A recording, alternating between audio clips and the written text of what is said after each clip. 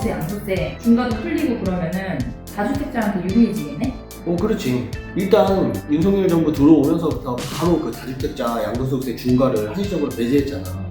그부터 시작해서 갖고 있는 지역들이 조정대상 지역이 해제가 된다면 뭐 그런 혜택은 있을 수 있는데,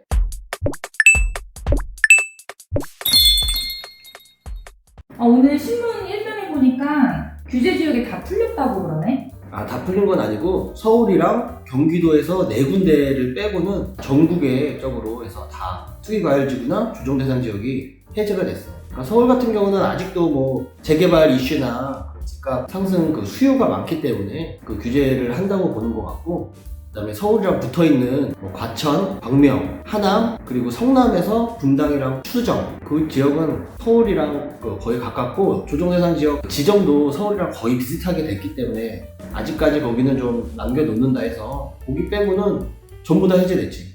세금도 완화가 되는 거야? 그렇지. 그러니까 부동산 같은 경우는 샀을 때 취득세 내잖아. 그리고 갖고 있으면은 종합부동산세 내고, 나중에 팔면은 양도소득세, 이게 다 그 단계별로 세금을 내는데, 조정대상 지역에서 해제가 되면은 이 모든 단계에서 영향을 미쳐. 예를 들어서 취득세 같은 경우는 첫 번째 주택 살 때는 똑같거든, 세율이. 근데 두 번째 주택을 살 때 그게 조정대상 지역이면은 8% 정도 취득세가 나는데, 그게 조정대상 지역이 아니라면은 그 금액에 따라서 1%에서 한 3% 정도 이렇게 낮은 취득세를 낼 수 있는 그런 효과가 있고, 그리고 종합부동산세 같은 경우는 조정지역에 2주택이 있으면은 더 높은 중과세율이 적용받고, 종합부동산세가 거의 2배 정도 돼. 근데 그 중에 하나가 만약에 해제됐다 이러면은 기본세율, 거기가 절반으로 떨어지겠지, 세율로 보면. 기본세율로 적용받게 돼. 그리고 마지막에 양도세 같은 경우도 조정대상 지역이면은 그 비과세 받으려면은 2년 이상 보유해야 되고 거주까지 해야 되잖아. 근데 해제가 되면은 2년 이상 보유만 해도 비과세를 받을 수 있고, 일시적으로 2주택 비과세 되는 게 있는데, 그게 원래는 2년 안에 먼저 산 주택을 팔아야지 그 혜택을 받는데, 그 기간이 3년으로 늘어나서 두 번째 주택 사고도 3년 있다가 먼저 거를 팔 수 있는 그 기간이 늘어나게 되지. 취득세, 종부세, 양도세, 중과도 풀리고 그러면은 다주택자한테 유리해지겠네? 그렇지. 일단 윤석열 정부 들어오면서부터 바로 그 다주택자 양도소득세 중과를 한시적으로 배제했잖아. 그부터 시작해서 갖고 있는 지역들이 조정대상 지역에서 해제가 된다면 뭐 그런 혜택은 있을 수 있는데, 여기서 근데 주의할 점은, 양도세 같은 경우는 내가 취득했을 때 조정대상 지역이었으면은 나중에 해제되더라도 2년 이상 거주해야 되는 요건이 그대로 있는 거고, 일시적 2주택도 2년 안에 팔아야 된다고 했잖아.